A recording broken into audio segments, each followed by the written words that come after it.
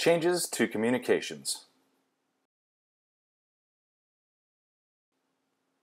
Looking at the control panel, notice that the old auto emails, email accounts, and newsletter center options have all been merged into the new email center.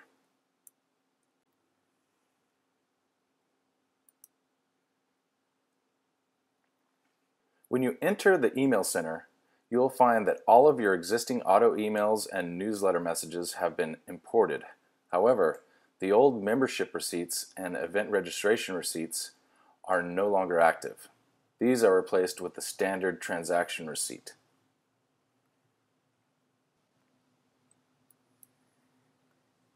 The system has created a standard receipt for you.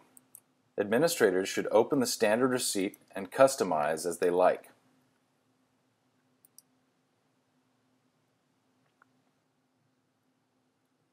All email messages can be sent from any email address, or I should say valid email address, and there are options for CC and BCC as well.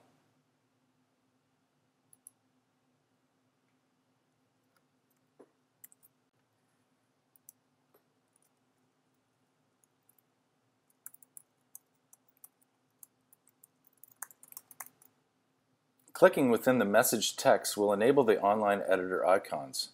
You will notice a new icon labeled Insert Variable. This provides a list of possible variables that can be inserted into a given message to personalize its delivery.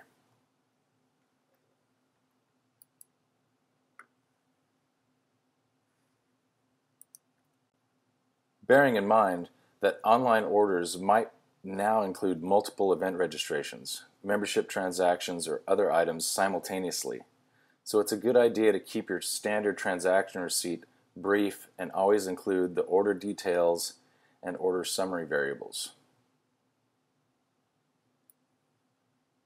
As you'll see in a moment, membership or event-specific information can be sent automatically as well, either simultaneously with the receipt or at some predetermined date and time.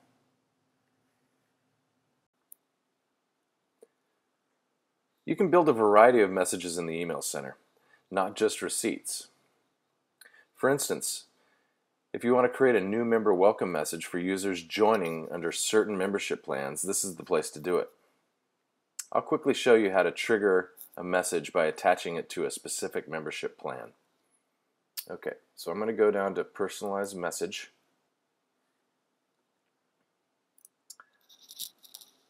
This is the welcome message. I know that I have a membership plan that has to do with the Guadalupe district, so I'm going to say new membership message or welcome message. Guadalupe. All right, I'm going to insert my from address.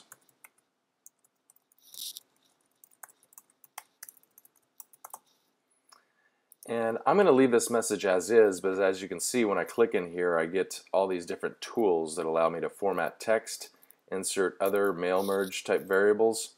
I can insert images, etc. If I have any HTML that I want to include in this message, I can click the source and go right into the HTML. I'm going to leave this the way it is. I'll go ahead and click Save. You'll notice that upon saving, I have some options here. I can go ahead and send to a mail list. I can send to selected records by running a query, or I can send to one which will bring up a form that I can send to, say, well, anybody that I would like, but I may want to send it to myself just to proof it before I go ahead and insert this into a sequence. But I'll go ahead and close this message. And here we go, we have a welcome message for Guadalupe. All right, so now I go over here to my membership plans. I find my Guadalupe Valley district. I go to edit it, and I go over to my receipts for this. Now I have two options here. I have two tabs, I should say, new registrations and renewals. I want to insert this message. Well, I already did it before. But I'll go ahead and add it. Add message. Now here's the one I just created. This is one I created before, but for the sake of this demo, you'll understand. So I'm going to quickly check that. It brings up this new link here, and I say add message or messages in case I did choose more than one. So here's my new message. It is set to go out on day 6. I'll go ahead and maybe this is an updated version of it. I can just delete this one that I had prior, and it's set to go out on day 6. If I click this, I can change that really quickly to go out on day 3. Okay, and we're good to go. Now let's just be perfectly clear that this is set to go out when a new member joins, a new registration I should say, to my site who's signing up under the Guadalupe District membership plan. Now if I wanted to create some emails to go out after somebody renews their membership, I could add messages or sequences here. All of the auto emails reside here as well. Renewal reminders, event reminders, expiration notices, and all the others can all be managed here. This is also where you'll create newsletters or e-blasts. You can now send a message to any one of your email lists at any time without having to make a separate copy for each list. You can even schedule a message for delivery at a future date. Here I've clicked create a broadcast message. I'll quickly fill out this form. I'm going to basically create a message for my annual meeting later this month.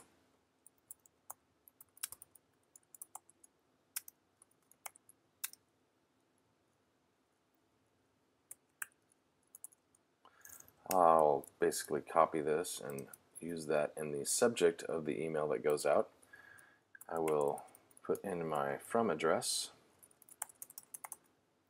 I'll click in here, and for the sake of brevity, I will not create a long and beautiful message with images and whatnot, but I will say, hello, remember this month is the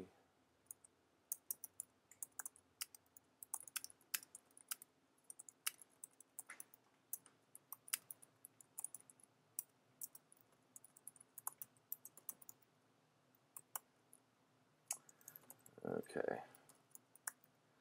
I'll go ahead and save that. I've created a message called Annual Meeting May 28th. Click Save. Now, from this particular point, I have a few options. I can send to lists right here. I can send to selected records by running a query on my database, or I can send to one. I'm going to go ahead and send this to a list. I have a few lists created. Well, not a few, very few. 3 lists created. I'm going to send this to the 2011 members. This is my from address. Here's my subject. If I feel like I need to edit something right now, I can click edit. I can also add BCC and CC fields, okay, to this message. And like I mentioned before, I can send this now, or I can schedule it for a future date. So if I select schedule delivery, I click in this field, I can schedule it to be delivered this Friday, so everybody has a nice Friday evening or weekend to get this message. I can actually break it down even by hour. Noon on Friday. Done. And I'm going to go ahead and hit send.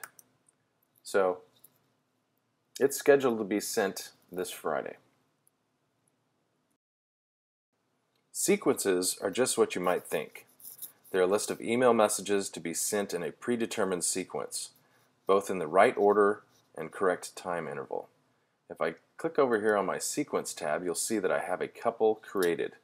One's pretty extensive with 19 messages to go out in sequential order, and then I have a shorter one here called My Email Sequence number 2, which has a couple in there. If I click on this link, you'll see that I can actually see my messages. I can edit them here by clicking on the message name itself if I want to make any changes, and then click Save.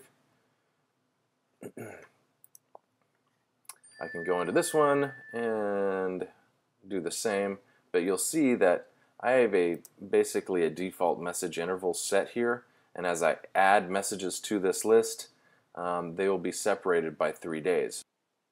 However, if I click on any of these timing links individually, I can change actually the message timing on a message to message level. So that's email sequences. So there are many other new features included in the email center as well, but the new standard transaction receipt and the use of separate event or membership specific emails are the primary changes to the way email communications are handled in the new Memberize system.